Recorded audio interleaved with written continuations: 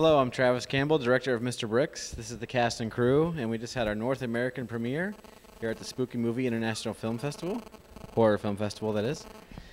And a little bit about this movie. I had the idea of making it like a 90s hardcore type musical that really hasn't been done before. And so Mr. Justin Martell got the funds together, and we were able to do this movie.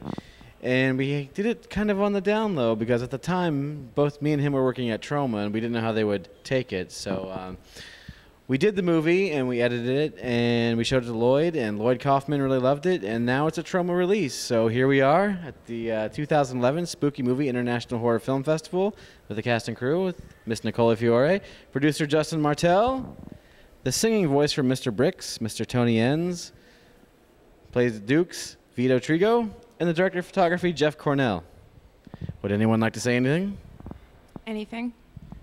What was your experience working on Bricks? Would you do it again? Would you come back for the sequel? Well, yeah, of course. It is a franchise type thing, I would think. I will say, like, I'd known Travis for several years, and we had tried to get many movies made, and then of all of them, a heavy metal murder musical was made first. That's pretty odd. Justin really can make miracles happen. Yes, Justin, why don't you talk a bit about making miracles happen for a heavy metal murder musical? Well, I don't know if we could really call it a miracle.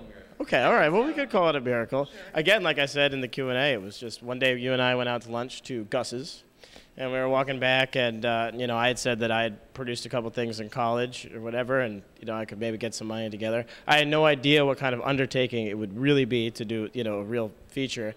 But Travis said, I've got this idea that I've been kicking around, Mr. Bricks. I've got all the music pretty much recorded. You had pretty much all the music in the can at that time.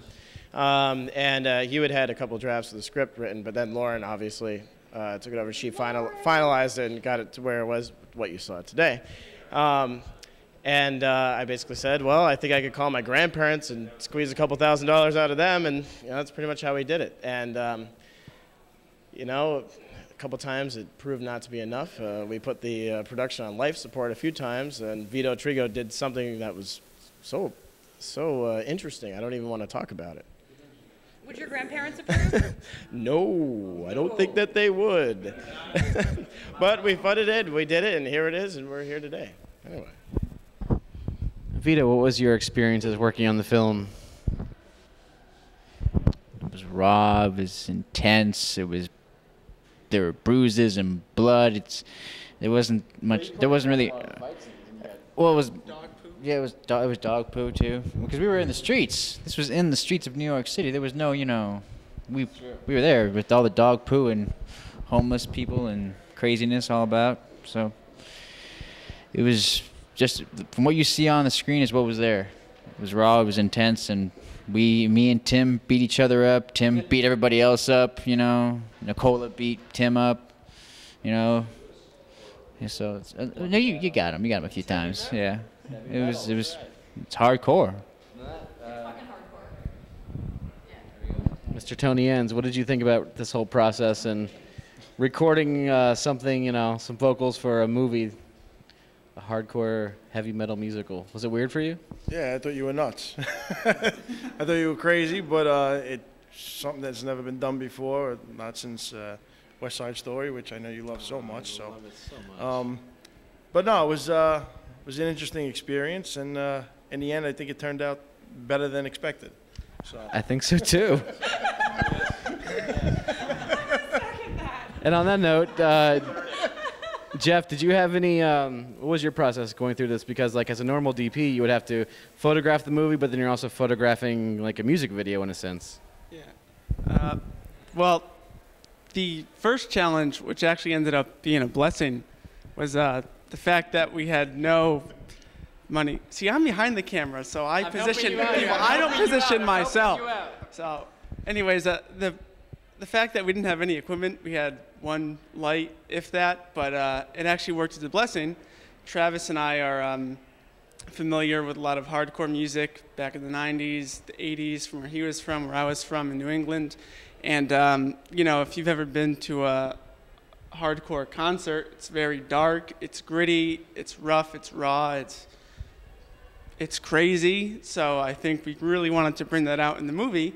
So to some people, they may not like the stylistic choice of the shaky cams and the very grainy footage, low light. But I think a lot of that, to a lot of hardcore music fans, is really gonna appreciate that, because that's, if you're at a concert, a hardcore concert, that's kind of how it is.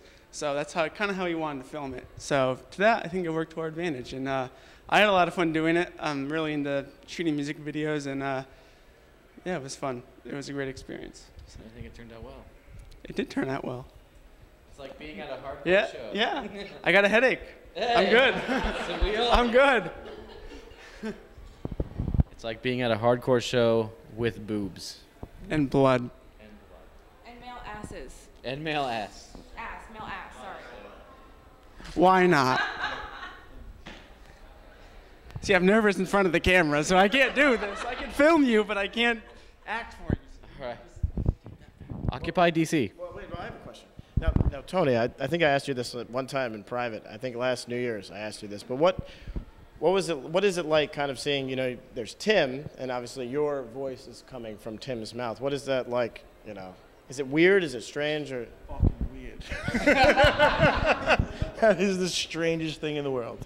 It is, I don't know, it's weird because you watch it and you're like, wow, it's flattering that people think my voice comes out of that guy being a pretty diesel shape, but he obviously doesn't drink as much beer as I do. But yeah, no, it was definitely interesting to see and kind of strange to react to, because I'm just used to listening to my voice come out of a speaker, not actually seeing somebody's. You know what I mean? Like, it's. I have something to say. Yeah, it's. Is it not the weirdest thing ever to see your own performance and have somebody singing your performance for you just a little bit? Travis is my singing voice. Yeah, that's what I was about to say. Travis is my singing voice. He's the, you know, he's the singing voice of Dukes. I just, you know, hit things, but he's singing. And flex. And I didn't even flex. Yeah. You might have. You're flexed. supposed to. Does the flexing thing have something to do with what you did for money for the movie? Well, maybe. We won't go there. Flexing, I think we should give Tim Dax a shout out, who's all the way in LA. Tim. October 26th, CSI, he will be on it with Ted Danson. I just have to give him that shout out because we're so proud of him. Well, thank you for watching Mr. Bricks, and check it out on Facebook. And thank you, everybody, again.